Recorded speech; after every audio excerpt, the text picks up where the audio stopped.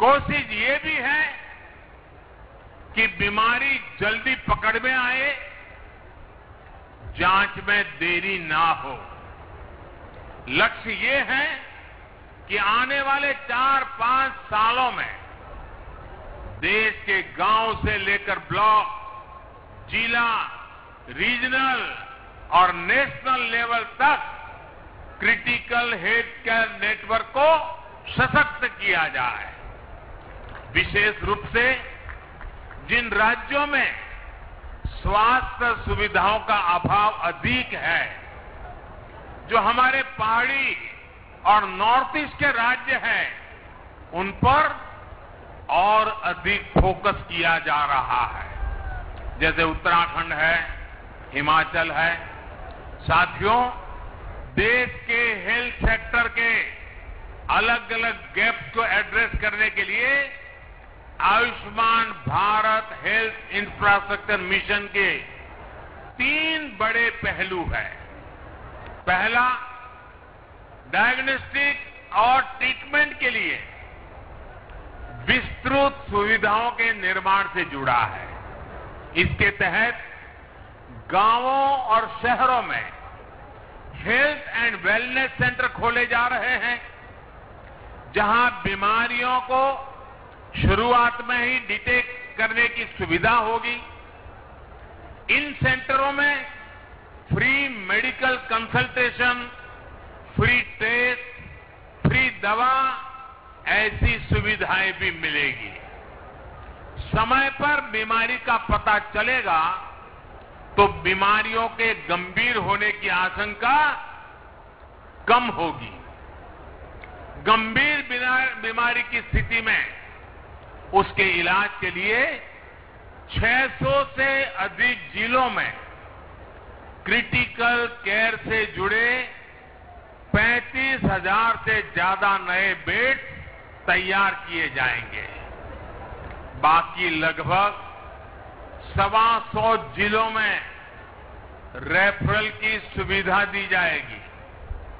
राष्ट्रीय स्तर पर इसके लिए ट्रेनिंग और दूसरी कैपेसिटी बिल्डिंग के लिए 12 केंद्रीय अस्पतालों में जरूरी सुविधाएं विकसित करने पर भी काम हो रहा है। इस योजना के तहत राज्यों में भी सर्जरी से जुड़े नेटवर्क को सशक्त करने के लिए 24/7 चलने वाले 15 इमरजेंसी ऑपरेशन सेंटर्स भी तैयार किए जाएंगे।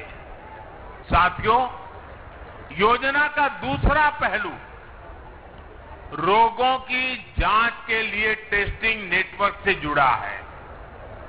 इस मिशन के तहत बीमारियों की जांच, उनकी निगरानी कैसे हो, इसके लिए जरूरी इंफ्रास्ट्रक्चर का विकास किया जाएगा। देश के 730 जिलों में इंटीग्रेटेड पब्लिक हेल्थ लैब्स और देश में चिन्हित 3,500 ब्लॉक्स में ब्लॉक पब्लिक हेल्थ यूनिट्स बनाई जाएगी। 5 regional national centres for disease control, 20 metropolitan units और 15 बीएसएल लैब्स भी इस नेटवर्क को और सशक्त करेगी। भाइयों और बहनों, इस मिशन का तीसरा पहलू महामारी से जुड़े रिसर्च संस्थानों के विस्तार का है, उनको सशक्त बनाने का है। इस समय देश में 80 वायरल डायग्नोस्टिक और रिसर्च लैब्स हैं। इनको और बेहतर बनाया जाएगा। महामारियों में बायोसेफ्टी लेवल 3 की लैब चाहिए। ऐसी 15 नई लैब को ऑपरेशनल किया जाएगा। इसके अलावा देश में 4 नए नेशनल इंस्टीट्यूट ऑफ बायोलॉजी और 1 national institute for one health भी स्थापित किया जा रहा है। दक्षिण एशिया के लिए WHO का रीजनल रिसर्च प्लेटफॉर्म भी रिसर्च के इस नेटवर्क को सशक्त करेगा। यानी Ayushman Bharat health infrastructure mission के माध्यम से देश के कोने कोने में इलाज लेकर क्रिटिकल रिसर्च तक एक पूरा इकोसिस्टम विकसित किया जाएगा। साथियों, वैसे ये काम दशकों पहले हो जाने चाहिए थे, लेकिन हाल क्या है उसका वर्णन मुझे कहने की जरूरत नहीं है। हम पिछले 7 साल से लगातार सुधार कर रहे हैं, लेकिन अब एक बहुत बड़े स्केल पर, बहुत बड़े एग्रेसिव अप्रोच के साथ इस काम को करना है। कुछ दिन पहले आपने देखा होगा, मैंने दिल्ली में पूरे देश के लिए एक गति शक्ति, एक बहुत बड़ा देशव्यापी इंफ्रास्ट्रक्चर से जुड़े कार्यक्रम को लॉन्च किया था। आज ये दूसरा करीब 64,000 करोड़ रुपए का हेल्थ को ही लेकर के, आरोग्य को लेकर के, बीमारी के खिलाफ लड़ाई लड़ने के लिए, देश के हर नागरिक को स्वस्थ रखने के लिए इतना बड़ा एक मिशन लेकर के आज काशी की धरती से हम देश भर में निकल रहे हैं। साथियों, जब ऐसा हेल्थ इंफ्रास्ट्रक्चर बनता है तो इससे हेल्थ सर्विस तो बेहतर होती ही है, इससे रोजगार का भी एक पूरा वातावरण विकसित होता है। डॉक्टर, पैरामेडिक, लैब, फार्मेसी, साफ सफाई, ऑफिस, ट्रेवल ट्रांसपोर्ट, खान पान, ऐसे अनेक प्रकार के रोजगार इस योजना से बनने वाले हैं। हमने देखा है, एक बड़ा अस्पताल कहीं बनता है तो उसके आसपास एक पूरा शहर बस जाता है, जो अस्पताल के साथ जुड़ी हुई गतिविधियों की रोजी रोटी का केंद्र बन जाता है, बहुत बड़ी आर्थिक गतिविधि का केंद्र बन जाता है। और इसलिए Ayushman Bharat health infrastructure mission स्वास्थ्य के साथ साथ आर्थिक आत्मनिर्भरता का भी माध्यम है। ये एक होलिस्टिक हेल्थ केयर के लिए हो रहे प्रयासों की एक कड़ी है। होलिस्टिक हेल्थ केयर यानी जो सभी के लिए सुलभ हो, जो सस्ता हो और सबकी पहुंच में हो। होलिस्टिक हेल्थ केयर यानी जहां हेल्थ के साथ ही वेलनेस पर भी फोकस हो। स्वच्छ भारत अभियान, जल जीवन मिशन, उज्ज्वला योजना, पोषण अभियान, मिशन इंद्रधनुष, ऐसे अनेक अभियानों ने देश के करोड़ों गरीबों को बीमारी से बचाया है, उन्हें बीमार होने से बचाया है।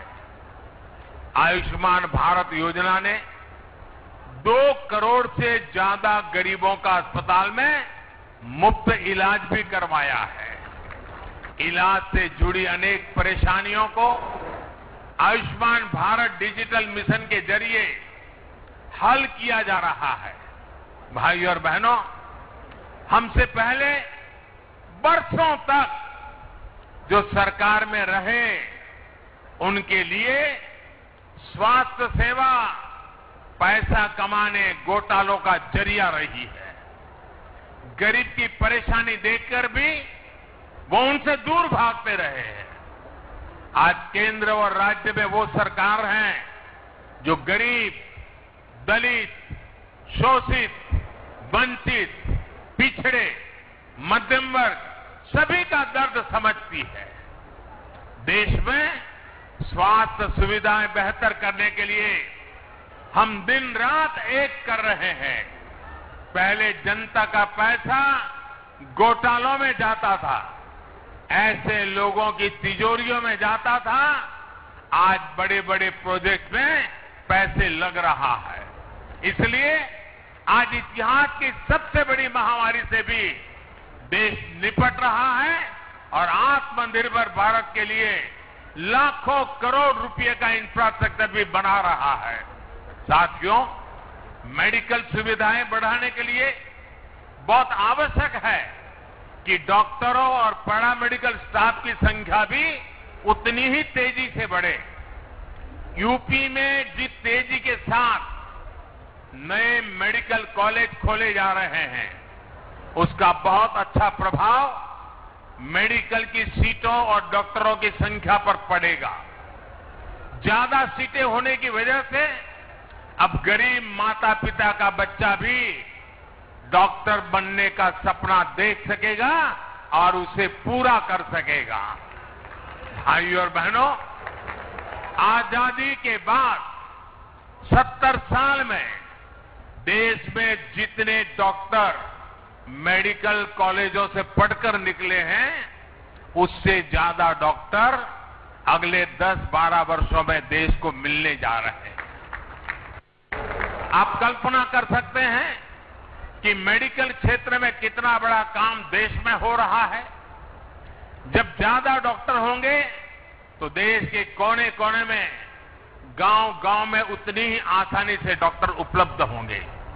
यही नया भारत है, जहां अभाव से आगे बढ़कर हर आकांक्षा की पूर्ति के लिए दिन रात काम किया जा रहा है। भाइयों और बहनों, अतीत में चाहे देश में हो या फिर उत्तर प्रदेश में जिस प्रकार काम हुआ, अगर वैसे ही काम होता तो आज काशी की स्थिति क्या होती।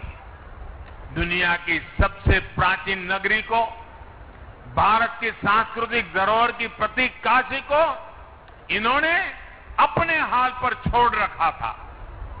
वो लटकते बिजली के तार, उबड़ खाबड़ सड़कें, घाटों और गंगा मैया की दुर्दशा, जाम, प्रदूषण, अव्यवस्था, यही सब कुछ चलता रहता है।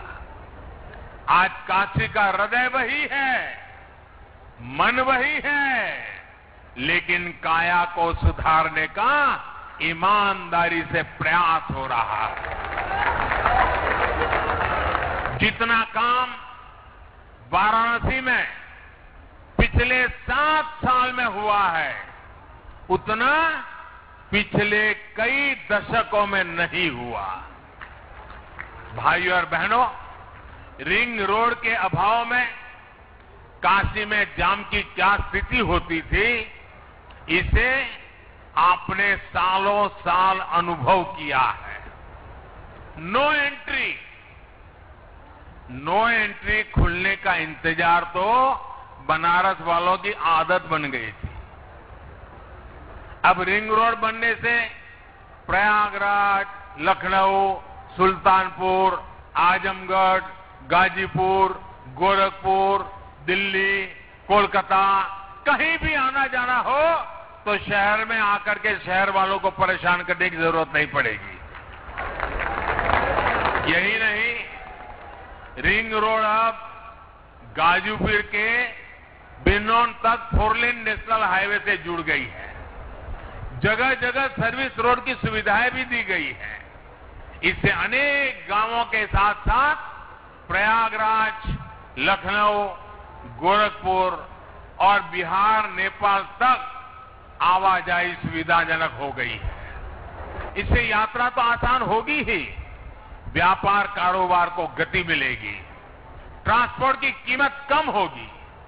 भाइयों और बहनों, जब तक देश में एक डेडिकेटेड इंफ्रास्ट्रक्चर का निर्माण ना हो, तब तक विकास की गति अधूरी रहती है।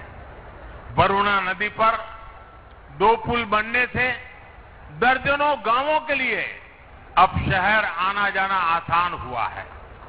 इससे एयरपोर्ट आने जाने वाले प्रयागराज, भदोही और मिर्जापुर के लोगों को बहुत सुविधा होगी। कालीन उद्योग से जुड़े साथियों को भी लाभ होगा और मां विंध्यवासिनी के दर्शन करने के लिए एयरपोर्ट से सीधा मिर्जापुर जाने के इच्छुक मां भक्तों की भी सुविधा बनेगी। सड़कों, पुलों, पार्किंग स्थलों से जुड़े ऐसे अनेक प्रोजेक्ट आज